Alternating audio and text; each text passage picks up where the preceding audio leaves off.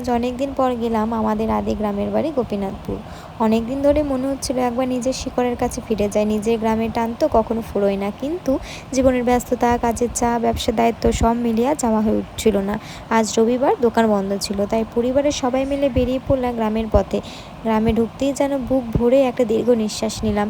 যেদিকে চোখ যায় শুধু সবুজ আর সবুজ। নেই শহরের কোলাহল, নেই গাড়ির হর্ন, নেই ধোঁয়া বা দূষণ। আছে শুধু নির্মল বাতাস আর একরাশ শান্তি।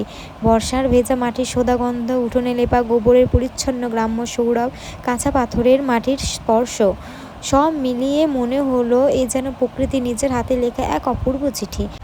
বাঁশবাগানের দিকে তাকিয়ে হঠাৎ মনে পড়ে গেল, বাঁশপাতার ফাঁকে ফাঁকে হাওয়া বাজায় বাঁশি, গ্রামের কোলে লুকিয়ে আছে শৈশবেরই হাসি।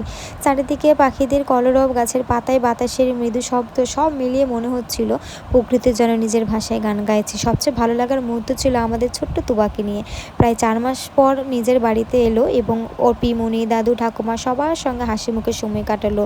নতুন নতুন সব কিছু কৌতূহল ভরা চোখে দেখছিল। চারপাশের সবুজ প্রকৃতি যেন ওকেও আপন করে নিল।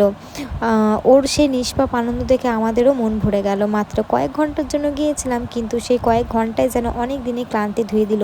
শহরের চার দেওয়ালের জীবন, সারা দিনের ব্যস্ততার কোলাহলের বাইরে এই গ্রামের নির্মল শান্তি আমাকে নতুন করে বাঁচার শক্তি দিল। মনে হলো আগামী দিনের সব পরিশ্রম আবার নতুন উদ্যমে শুরু করতে পারবো।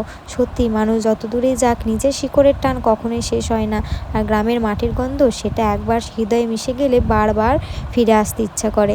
সবাই ভালো থেকো, আর ভিডিওটি কেমন লাগলো অবশ্যই জানিও।